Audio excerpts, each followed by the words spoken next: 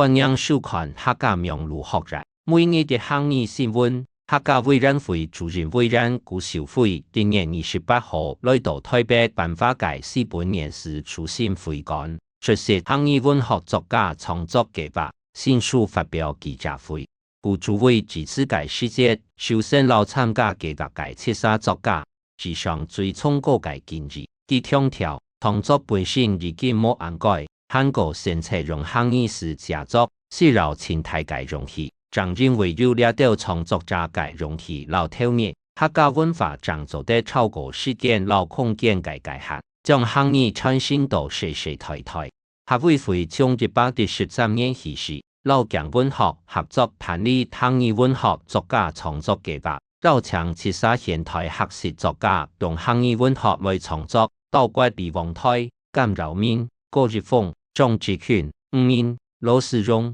張鳳詩。經過人年版創作出版行義小說、散文、詩歌等7本作品，本文以用現代文學界形式熱起主流界亮的，同時製作發行有聲書、電子書，展現特別有聲音界行義文學，以上係客家名錄學人界報道。接下來教大家基本一界每日嘅行義就是作家